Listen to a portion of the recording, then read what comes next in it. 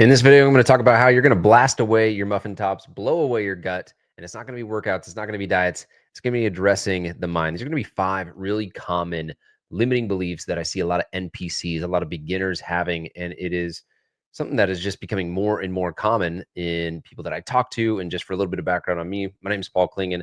I work with nerdy men and specifically guys that are into Star Wars. And just to give you a little bit of context, I've been doing over the last 7 years working with 500 plus people as a trainer nutrition coach, but we've helped over 200 people, or we got over 100 case studies on this channel, over 200 people over the last couple of years. And we basically do Star Wars themed workouts as part of the process to really gamify it and make it fun. And if you want to follow along on my Instagram page, I just posted a story of a guy who's in the 501st Legion, sand trooper, heavier than he wanted to be, wanted to get in shape. He's now down 40 pounds. This is the dark time, and this is the death of the dad bod empire. So we are team blowing up the dad bod empire so you can fit in your armor, fit in your birthday suit, your swimsuit, whatever it is that you want to do. But anyway, so I want to talk about these mindsets because these are really common ones that I've been seeing with guys, both in the community of guys that I work with and guys that I talk to just in DMs, guys that I talk to on, consultation calls. And so the first one is just going to be, I'm just gathering information. And don't get me wrong, you should 100% do some research. But if information was the thing that solved health and fitness issues, overweight, obese, health concerns, people that were out of shape, like all of that would have gone away with the invention of YouTube. And if YouTube didn't do it, then ChatGPT definitely would have done it. And so we're not in a lack of information era. In fact, there's too much information. And the need for more information really stems from the root of, oh, I need to make sure I do this perfect. But if you're out of shape, if you're, needing to lose 30, 40, 50 pounds, you don't have a routine, you're in a rut, you're stuck, you just need to do something. You don't need to do anything. You don't need to do a specific workout routine, a specific diet, but you do need to take action. And so many people get stuck in this loop of, oh, I need more information, more information, more information. There's a great quote by Jeff Bezos that says, once you have about 70% of the information, you should have already made a decision. If you wait till you have all the information, you're too slow, especially in a business standpoint, but it's actually more costly to delay, and the opportunity cost that you're going to run into is going to impact you more than had you made a decision with not a full picture. Because here's the thing, we're not starting businesses. You're not blowing millions of dollars into a business venture. You're exercising, you're moving, you're eating better. And the only way you're actually going to get the data and the information that you need is by taking action and almost working like a scientist to be able to get data and then say, okay, cool, based off the actions that I took, here's the results that I got. And then I'm going to pivot away from this, double down on this based off of the results. Another way to think about this is if you're trying to learn how to talk to girls or go on dates, you don't read 50 books and then understand, okay, here's the perfect message that I'm going to say. You go and talk to someone. And then once you've had some experience, then you can go and get some more information and pair that information with what you've actually experienced in the real world and see what lines up and see what works for you specifically. And now there might be some people who are like, oh, Jeff Bezos, bad person, like he exploits people. Well, how many people are you exploiting? Family members, especially. Maybe it's your wife, because you don't have the energy and you don't have the ability to take care of the things that you need to because your health and your energy isn't in a good spot, right? You want to talk about exploiting, right? There's so many things that you can be taking care of more at a higher level and operating at your best if you had more energy, if you were fit, if you weren't in pain, right? And I want you to get in shape. That's why I'm making this video for you. But this whole mindset of I need more information, it's not true. You don't need more information. You need to take action. You've got all the information that you need. If you've been on the internet at all over the last 25 years, you've had access to information. Information isn't the issue. It's a lack of action. And maybe you are taking some action, but it's a lack of consistent action. And then beyond that, it's a lack of consistent action with data, right? There's levels to this game. Right now, you're at a level 1 NPC, and we got to get you to level up. Number 2, I don't know where this one popped up, but it is brutal. I have ADHD, so I can't work out. Dude, I got ADHD. That's why I've made hundreds of workouts in Star Wars helmets to make it fun. But if you have ADHD, the most important thing for you is to exercise. Because when you have ADHD, all your attention, your focus, your energy gets fragmented. If I start talking about squirrels on this video, that's not my fault. I've got ADHD, but it's a lack of structure, right? And if you don't have that structure and you don't have that routine, yeah, it makes sense that you're going to be fragmented. It makes sense that you're not going to be able to focus. But when you have a really clear thing that you're really focused and locked in on, ADHD is a superpower. Again, like I've got ADHD. I just pour it all into a mission and a purpose. This YouTube channel, my fitness YouTube channel, my clients, my community, social media, but you got to just figure out what's the thing that I care about and get laser focused on that. And if you're not exercising, well, exercise is one of the best things you can do for your prefrontal cortex, which is the decision making part of your brain that's going to control your impulse decisions, that's going to control your lack of focus, that's going to help you make uh, you know, better attention and memory based decisions. All right. And then on the nutrition side of things, if you don't eat healthy and you're just loading your gut with sugar, that's going to impact your ADHD. If you're not getting healthy fats like omega 3s, that's going to impact your memory and your brain function. Everything gets better health wise, your brain and your body, when you exercise and when you eat better. And so the ADHD isn't the issue. What is likely the issue is that you are doing things that are depleting your dopamine and you're accelerating that ADHD symptom. And so you can't stay focused because you're just going and twitching to the next thing to give you that short-term dopamine.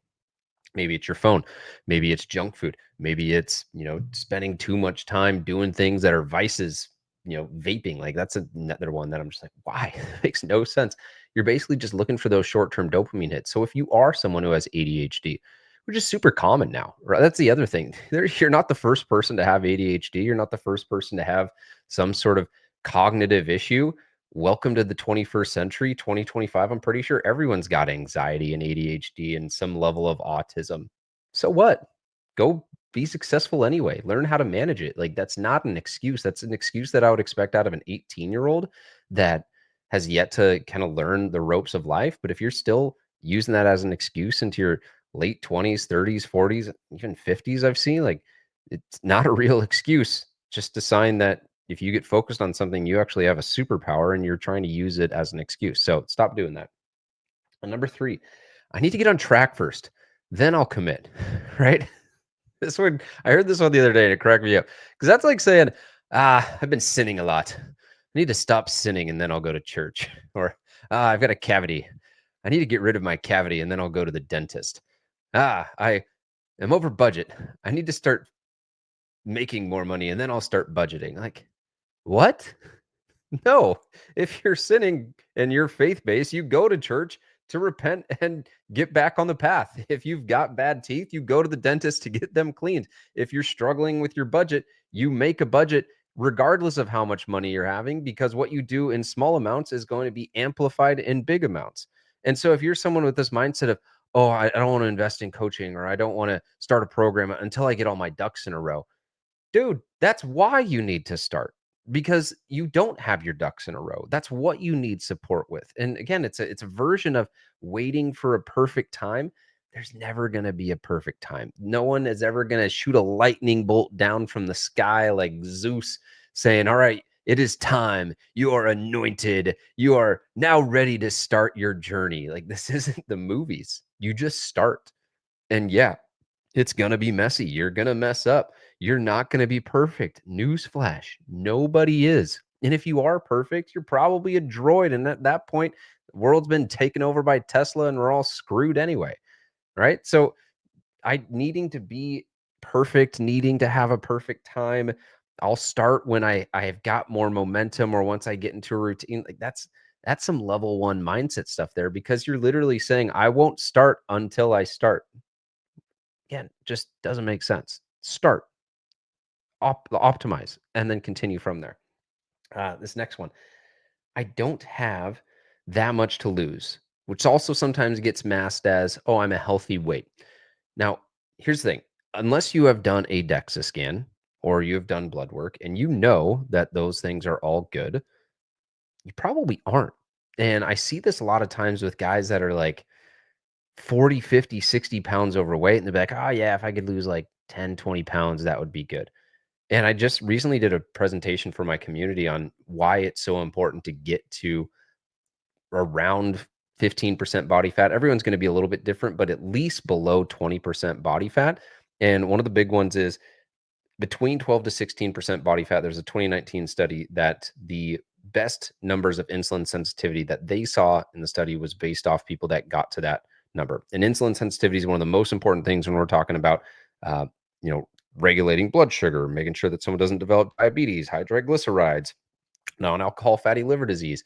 That's what leads to people getting fat stored around their waist. Like insulin resistance is one of the biggest things that I see popping up with guys who are just staying up all night, drinking Monster Energies, sitting at a desk job, stressed to the max, not exercising, not utilizing any of the glucose in their bloodstream, and they're basically just stressed out, burnout, not exercising, not moving, not getting any sunlight.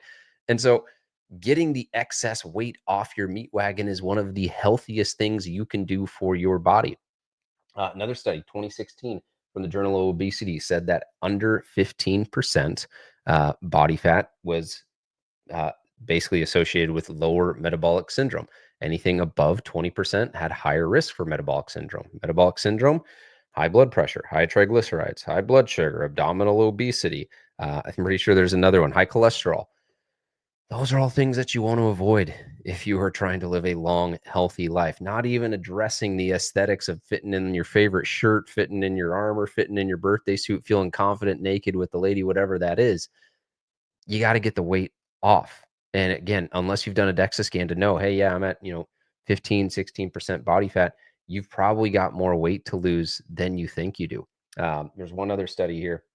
Every 10% of body fat beyond that 15% increases your all risk mortality or all cause mortality by 11%.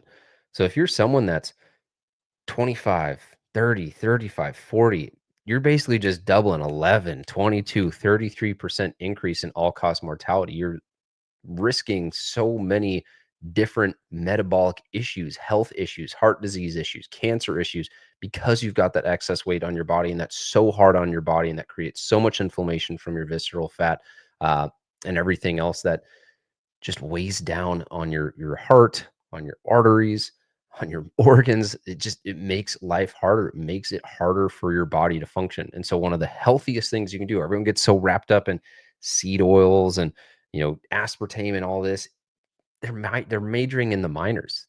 Get the weight off your body and then go and optimize on these little 1% things. It's like playing a video game and not having any armor on your character, not having a helmet, not having greaves, not having a chest plate, and fine combing through all your inventory. Oh, which ring gives me a 0.1% boost to my defense? It's like, hey, dummy, increase your health, increase your stamina, and throw some freaking heavy armor on top of your body. That's going to give you better defense, not this little tiny ring or this little tiny necklace. Shout out to all my Skyrim people that got that reference. But yeah, you've probably got more weight to lose than you think you do. That's okay.